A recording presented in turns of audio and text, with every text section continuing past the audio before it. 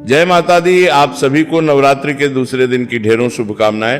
प्रिय दर्शकों, आज के इस वीडियो में हम बात करेंगे नवरात्रि के दूसरे दिन पर माता के द्वितीय स्वरूप ब्रह्मचारिणी की पूजा कैसे करेंगे, पूजा की विधि क्या है। नवरात्रि के दूसरे दिन पर माता के द्वितीय स्वरूप ब्रह्मचारिणी की पूजा कैसे करेंगे, भोग क्या होना चाहिए, कौन सा मंत्र आपको प्रयोग करना चाहिए, माता की पूजा के लिए क्या मंत्र है, स्तुति कैसे करनी है, माता का ध्यान कैसे करना है, माता का स्त्रोत क्या है, कवच क्या, माता की कथा क्या है, उनके विषय में विस्तार से जानेंगे। इस प्रकार से संपूर्ण जानकारी द्वितीय नवरात्रि से संबंधित इसी वीडियो में आपको प्रदान की जाएगी। पूजा की विधि भी पूजा करवाएंगे, मंत्र आदि सब वही रहेंगे जो मां ब्रह्मचारिणी की पूजा में होने चाहिए। पुष्प रंग आदि वही अर्पित कराए जाएंगे। माता की जो कथा है विवरण रूप में भाव बताई जाएगी।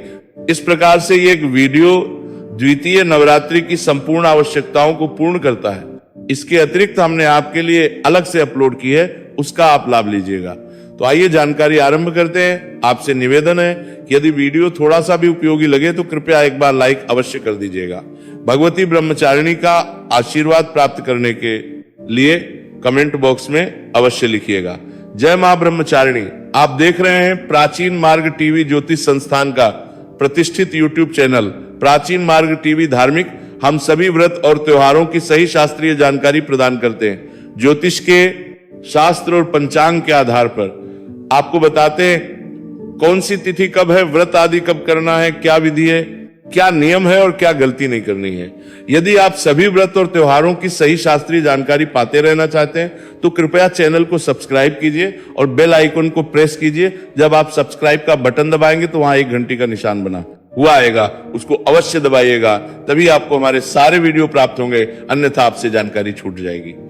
प्रिय दर्शकों, अब जानकारी आरंभ करते हैं और बढ़ते हैं द्वितीय नवरात्रि की पूजा की ओर। प्रिय दर्शकों, चैत्र मास का दूसरा नवरात्रि जो 20 मार्च को है और 20 मार्च को आप सुबह स्नान आदि से निवृत्त होकर स्वच्छ वस्त्र धारण कर लीजिए। आज के दिन जो आपको पूजा करनी है वो पूजा होगी मां शक्ति के द्वितीय स्वरूप ब्रह्मचारिणी की। ब्रह्मचारिणी के बारे में आपने सुना होगा।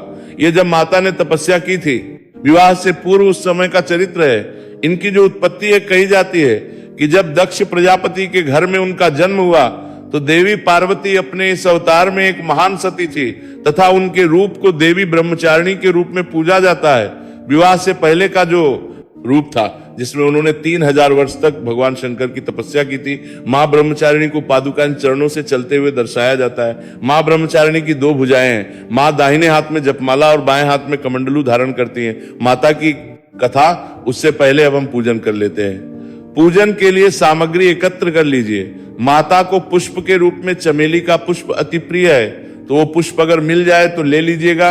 कल की जो पूजा सामग्री पुष्प आदि अर्पित किया हुआ है वो सबको हटा दीजिए। जो जल भर करने के लिए के रखा होगा लोटे में, उस जल को पीपल को अर्पित कीजिए या सूर्य को अर्पित कीजिए या अन्य किसी पौधे में डाल दीजिए। लोटे को अच्छे से मांजिए, उसमें पुनः पहले गंगा जल भरिए, फिर शुद्ध जल भरिए। तो इस प्रकार आसन लगा के और जो आपका पूजा स्थल है वहां पर बैठ जाए। पूजा सामग्री एकत्र कर ही रखी होगी। पूजा सामग्री में प्रतिदिन की जो पूजा है, रोली, मौली, पान, सुपारी, उसका ही प्रयोग होगा। इसके अतिरिक्त पुष्प आपको प्रतिदिन नए लाने हैं, क्योंकि बाँ से फूल चढ़ाए नहीं जाते देवी को या किसी भी भगवान को। आइए सबसे पहले माँ का ध्यान करते हैं, फिर हम पूजन में आगे बढ़ेंगे। वंदे मातरम, जपमाला, घमंडलू धरा ब्रह्मप्रिय ब्रह्मचारिणी माता का ध्यान करके माता से निवेदन करें कि हे मातेश्वरी, हम आज द्वितीय नवरात्रि पर आपका पूजन कर रहे हैं, इसे आप स्वीकार। अब आप माता को स्नान कराएंगे। स्नान कराने के लिए फूल के माध्यम से माता को जल के छींटे दीजिए, स्नान कराइए। स्नान कराने के बाद देवी भगवती को वस्त्र अर्पित करेंगे। वस्त्र के रूप में मौली का एक टुकड़ा तोड़ लीजिए और वहां देवी को अर्पित कीजिए। ओम ऐ ह्रीम क्लीम ब्रह्मचारिण्ये नमः। माता को रोली, कुमकुम आदि से तिलक करेंगे। ओम ऐ ह्रीम क्लीम ब्रह्मचारिण्ये नमः। माता को तिलक कीजिए। अक्षतम समर्पण ही अक्षत समर्पित कीजिए। अब मां को आप माला पहनाएंगे और अगर पुष्प है तो पुष्प अर्पित करेंगे माता को। चमेली का पुष्प जो है विशेष रूप से प्रिय है, ऐसा शास्त्र कहते हैं। ओम ऐ ह्रीम क्लीम ब्रह्मचारिण्ये नमः पुष्प समर्पित कीजिए और माता को माला पहनाइए। अब आप धूप दिखाएंगे और दीप दिखाएंगे। ओम ऐ ह्रीम क्लीम ब्रह्मचारिण्ये नमः, धूप दिखाइए।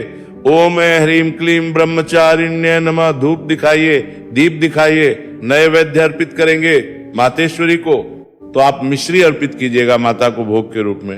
ओम ह्रीम क्लीम ब्रह्मचारिण्य नमः जलाचमनी के लिए पुष्प से जल की छींटी दीजिए, तांबूल समर्पित करेंगे। एक पान का पत्ता लीजिए, उस पर 2 लौंग, 2 इलायची और 1 सुपारी रखिए और वहां देवी को अर्पित कीजिएगा। देवी सर्वभूतेषु मां ब्रह्मचारिणी रूपेण संस्थिता, नमस्तस्ये नमस्तस्ये नमस्तस्ये नमो नमः ब्रह्मचारिणी देवे नमः। तांबूलम जो भी दक्षिणा अर्पित करना चाहते हैं माता को दक्षिणा अर्पित कीजिए और हाथ जोड़ के नमस्कार कीजिए। इस प्रकार से आपने आज का पूजन किया है। अभी मंत्र बाकी है, स्तुति बाकी है, माता के स्वरूप का वर्णन मैंने आपको किया, अभी माता की कथा बाकी है। ये सभी आज के दिन के लिए, द्वितीय जो नवरात्रि है उसके लिए बड़े महत्वपूर्ण है। अब माता से प्रार्थना करेंगे, ब्रह्मचारिणी माता की स्तुति करेंगे। या देवी सर्वभूतेषु मां ब्रह्मचारिणी रूपेण संस्थिता, नमस्तस्ये नमस्तस्ये नमस्तस्ये नमो नमः।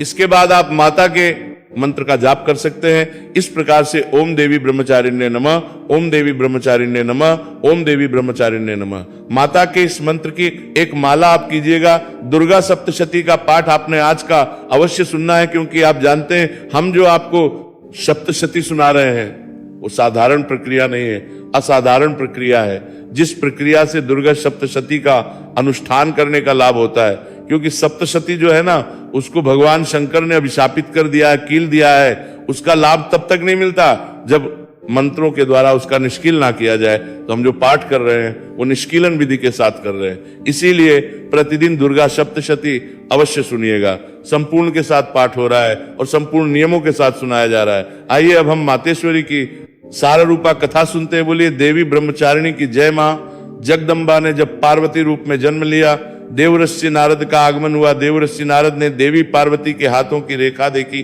कहा कि इनका जो प्रिय वर होगा वो डटा झूठ पहनने वाला, सन्यास जीवन का पालन करने वाला और पूर्ण रूप से निर्मोही होगा। तब उनके माता पिता ने कहा कि हे देव, जस्सी इस प्रकार से हमारी कन्या का जीवन कैसे व्यतीत होगा। तब नारद ने कहा कि हे राजन, इसके लिए एक उपाय है। यदि इनका विवाह भगवान शंकर के साथ हो जाए तो निश्चित से ये जो दोष है ये गुण में बदल जाएंगे, क्योंकि जैसा जैसा मैंने इनके वर के बारे में बोला है वो सभी विशेषताएं भगवान शंकर में है, लेकिन वो भगवान शंकर होने के कारण वो अवगुण गुण में बदल गए हैं। तब देवी पार्वती ने भगवान शंकर को पति रूप में प्राप्त करने के लिए कठोर तपस्या की थी।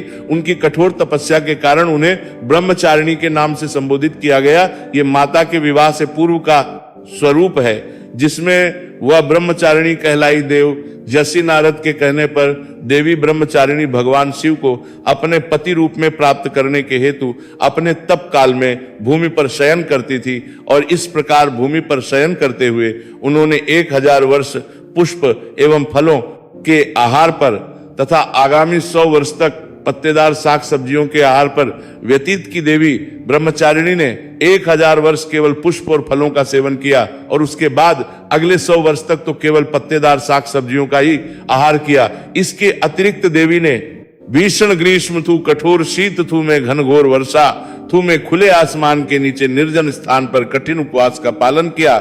जब ग्रीष्म थू आती तो देवी अपने चारों ओर अग्नि जलाकर उसके बीच में खड़ी होकर तपस्या करती। जब शीत थू आती तो देवी ठंडे जल में खट्टू में खड़ी होकर भगवान शंकर की तपस्या करती, और बरसात के दिनों में देवी भीगते हुए खुले आसमान के नीचे भगवान शंकर की तपस्या करती।